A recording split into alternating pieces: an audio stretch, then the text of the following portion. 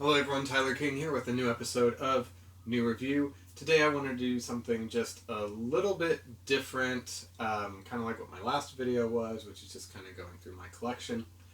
Today I was inspired by the YouTube channel Ken Micallef, the jazz vinyl enthusiast. He did a video recently called 5x5, where he just kind of reached behind him and grabbed 5 random records off the shelf and talked about them. And it seemed something that would be a little bit fun to do, so I just wanted to do that. So without further ado, let's get started. I'm going to have my eyes closed while I pick out whatever record I pick out, so it's all going to be completely random. So let's do something from here.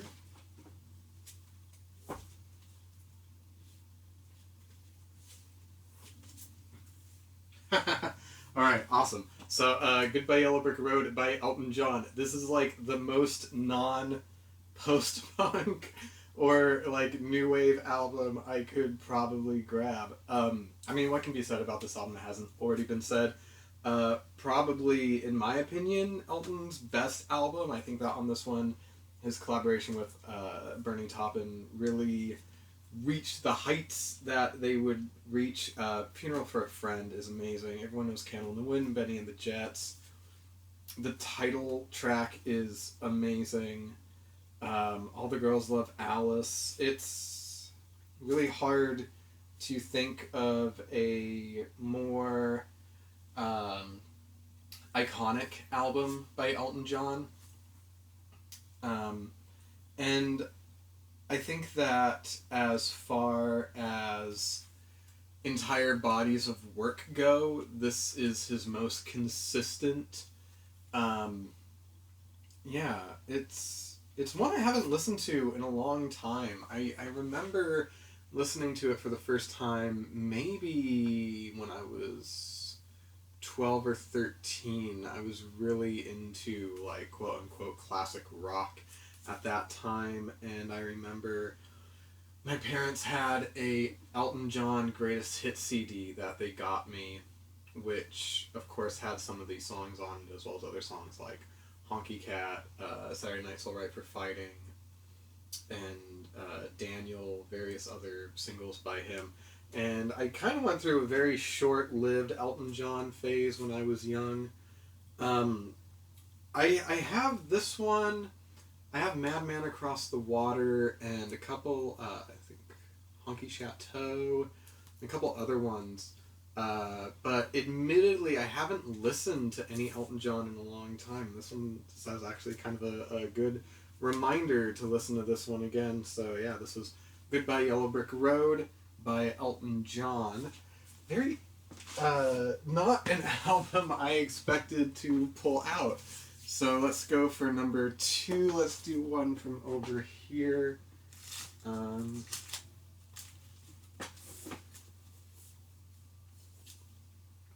Dangerous by Nitzer Ebb. I don't know whether or not to talk about this one because it's a single. I would rather talk about full albums. So as much as I would love to talk about Nitzer Ebb, and I'm hopefully going to be seeing them towards the end of the month. They're playing out here in San Francisco. So hopefully that will happen. So let's do another one from this stack. Let's go right over in here. Alright, Good for Your Soul by Oingo Boingo. This is an album that I actually was planning on doing a more in-depth video of pretty soon. So in lieu of that, I'll talk about it briefly. I think that the run of the first 4 Oingo Boingo albums is one of the best runs of almost any band I can think of, and that's including, you know, like some of the ones that I really love, you know, to the point where I got some of them tattooed on me. Susie and the Banshees, The Cure, Devo, Depeche Mode. But I will say, out of the first 4, I think that this is the weakest one, which isn't to say that it's bad. It has some great songs on here. Who Do You Want to Be? Nothing Bad Ever Happens. I love Sweat. That song is great. Wake Up is 1984. No Spill Blood. It is overall an incredibly solid album, and one that I do intend to talk about way more in depth later on. So I'm not sure if I should be counting that one or not. Maybe. Let's do one from down here.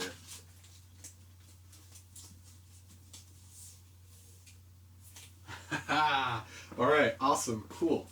Propaganda by Sparks. So Sparks is a recent band that I have pretty heavily gotten into. I remember years ago, my friend Allison had tried getting me into them, and I had listened to their like bigger songs, so like Number One Song in Heaven, This Town Ain't Big Enough for the Both of Us, maybe Beat the Clock, stuff like that. And I was less than enthusiastic about it. It also, a little bit about my musical history is that I was very heavily into the band Franz Ferdinand from like 2004, 2005 till about 2008, let's say. And I remember a couple years after I wasn't so much into Franz Ferdinand anymore, they did an album with Sparks, and that was my first introduction to Sparks, and I hated it. I did not like that album. I was kind of already off the Franz Ferdinand wagon, and I was just kind of like, what are they doing, wasting their time with these couple of bozos? I just did not get it, admittedly. And earlier this year, my best friend asked me, what do you think of Sparks? And I responded very negatively about how much I hated them, and how overrated I thought they were, and this, that, or the other. And she recommended me to listen to the album Terminal Jive, which, if you're a Sparks fan, is not the most beloved Sparks album, but I really enjoyed it. And the first movie that I saw in theaters after lockdown was out in Dallas with her and my wife and our other friend. We went and saw the Sparks Brothers documentary by Edgar Wright out in Dallas at, I forget the name of the theater, it's the one where they caught Lee Harvey Oswald at. And I came out of it just wanting to know everything I could about this band. And going back and re-listening to some of their work that I had listened to, I realized that I did really enjoy, of course, the early 70s material more than I thought I would. And this is one of those albums. This is Propaganda. I think that this album is an absolute treat. I think that the 1-2 punch of the opener of the title track and then leading into the song At Home, At Work, At Play is great. Of course, everyone knows Don't Turn Your Back on Mother Earth, because Martin Gore by Depeche Mode did a cover of it, which is phenomenal. But the original version, I think, is even better. What's the last song on here? Is it called Adios, I think is what the last song is called. I actually got this copy fairly recently. Bon Voyage. Bon Voyage is the name of the last song. Yeah, Something for a Girl with Everything is great. Reinforcements. Yeah, there's not really a bad song on here, except maybe Who Don't Like Kids. I'm not too crazy about that one. But this is just, it's an incredibly solid album. And of course, most fans would point at Kimono My House as being the better album. I agree it is, but I think that Propaganda is not to be overlooked. And it's weird because it's also from the same era as Goodbye Yellow Brick Road, so that's kind of a weird little link between those two. Let's do something from up here.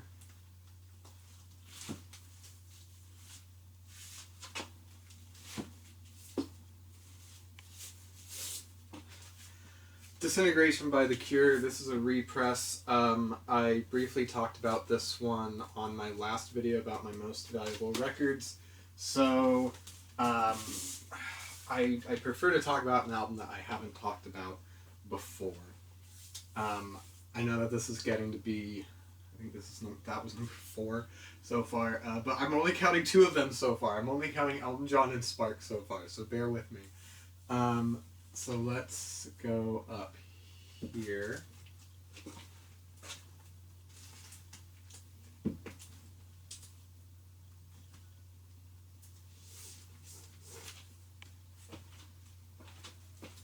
So we got John Carpenter's The Fog. John Carpenter is, to me, he's probably my single favorite film composer. I've been a fan of his films for years.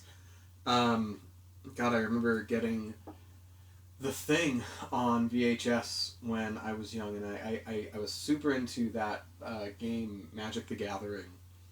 And I had an option. I had enough money to buy a pack of Magic cards or The Thing on VHS, and I bought The Thing on VHS, and I never touched Magic cards ever again. God, I mean, what can I say about this? So this is the recent repress / remaster that Waxwork Records did with Sacred Bones. I believe that this is the Sacred Bones variant. Brand new remaster. It's definitely John Carpenter's most atmospheric work. If you're not familiar with the music of John Carpenter, you probably are, you just don't know. It's very minimal synthesizer music, essentially. It's been described as a horror synth, and part of that has to do with the fact that, you know, it's synth bits playing over horror movies. But this is definitely his most atmospheric work, which is fitting given the nature of the film and the plot of the film having to do with ghosts. Reel 9 is amazing. It's just this like 8 or 9 minute long piece. The theme from The Fog is amazing. The song Antonio Bay. It's so atmospheric and just ethereal. It borders on ambient at times. Maybe more like dark ambient. I am doing a really bad job at describing what this sounds like, but it's phenomenal.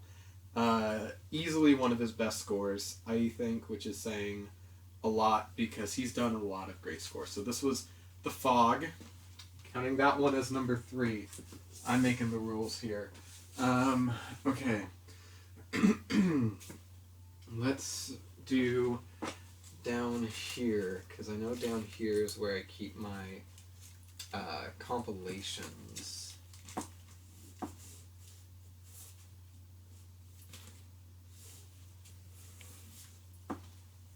Okay. So this is Last Night in Soho.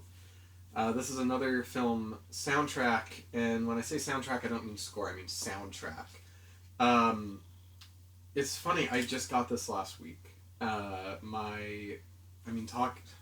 Talking about Edgar Wright, who did that Sparks Brothers documentary. He wrote and directed, or co-wrote and directed this movie, Last Night in Soho. Again, my wife and I, we were lucky enough to go to an advanced screening of it last week at a theater in Santa Monica. I forget the exact name of it.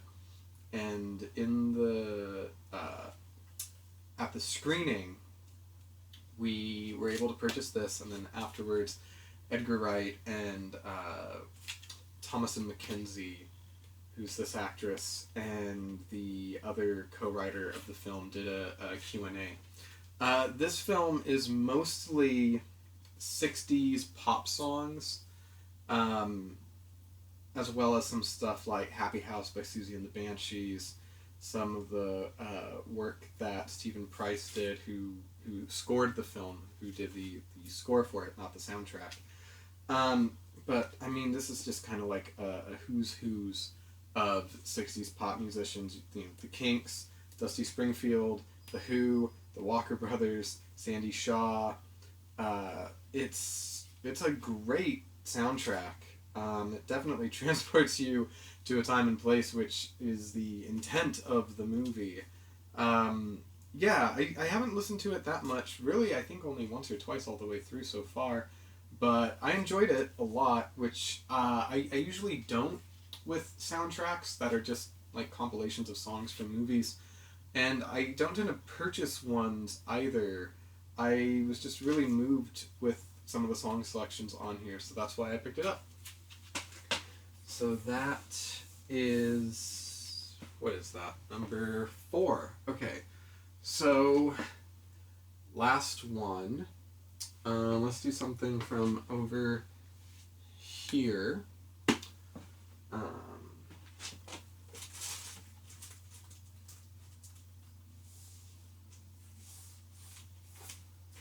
Okay, awesome. So last one. Mother Earth's Plantation. Full, warm, beautiful mood music, especially composed to aid in the growing of your plants. Now, whether that actually works or not is still up for debate. So, this is a very interesting album, in case you couldn't tell by what I just read from the back of it. It was by a early electronic musician named Mort Carson, who was one of the early innovators of the Moog synthesizer, which I think is what he used exclusively on this. He was commissioned by a mom-and-pop nursery in Los Angeles to write songs about and for plants. So you have songs like Ode to an African Violet, Symphony for a Spider Plant, Music to Soothe the Savage Snake Plant, stuff like that. And the only way that you could get this album originally was through that nursery, or I think if you purchased something from Sears in Los Angeles or something like that. And this kind of became a... it became a cult album, and people began seeking it out, and it really gained this notoriety. And so recently, Sacred Bones Records did this repress of it. Well, not this one exactly, because what happened is that after they did a repress of Plantation, they were given full access to the Mort Carson archives by, I want to say, his daughter. And they found the original analog master tapes of Plantation. So that is what this one is. It's a 2 LP, I think it's 45 RPM. Yeah, deluxe audiophile edition taken from the original master tapes, remastered and cut at 45 RPM by Josh Bonatti, or Bonatti, I might be mispronouncing that. And it's just a phenomenal, minimal, instrumental, electronic album. It's definitely very... it's very video game music sounding in nature. To the point where some Legend of Zelda music from the original Legend of Zelda game sounds like it was ripped directly from here, and that's a conversation for a whole other day. But yeah, this is one that I put on fairly regularly. I do really enjoy this album, and I do really enjoy Mort Carson. This is really the album that he's best known for, but he has a ton of work out there. He's kind of like Richard D. James from Aphex Twin, in that he released a lot of music under a lot of different names. So, like, for instance, there's, of course, by Mort Carson, but then there's work that he did under the name The Zodiac. There's stuff he did under the name Lucifer. There's stuff he did under the name Ataraxia. So finding his work in the wild takes a bit. Of course, you can always go the route of going on Discogs and purchasing it that way. But also some of it, especially original pressings, will go for a pretty good amount of money. But I'm really glad that I got this one. I really love this album, actually. It's one of the better 70s electronic albums that I think you can pick up. And that was my 5x5. Thank you for watching. And before I go, I do want to mention that I did just launch in a NuReview Patreon page. So through that Patreon page, you can do things such as get early access to my videos before I upload them. You can also access Patreon exclusive review videos that will go up. And as the tiers go up, you can also do things like vote for what I'm going to review for that exclusive Patreon video. Or if you end up subscribing to $20 a month or more, I will send you a personalized review video of whatever album you want me to review. This is the first time really that I'm doing anything like this, so if that is something that you are interested in, I'm going to put a link to that in the description box below. And like I said in my last video, I am gearing up to do my next big discography review project, so hopefully you're going to be along for the ride for that one. I do intend on doing some more one-off reviews like I had done before for stuff like the Desperate Journalist album, Low by Bowie, the Heaven or Las Vegas review by Cocteau Twins. I will sprinkle those in. That way you're not just bombarded for however long with just one band output for however long that's going to take. So I do plan on breaking it up. And that's really all that I have to say right now. Also, if you are interested in checking out what I'm listening to on a day-to-day basis, I do have an Instagram account. My name on there is @GhoulishGrooves. I'm also going to be putting that in the description box below. And until my next video, I want to say thank you for watching, keep listening to great music, and I will see you next time.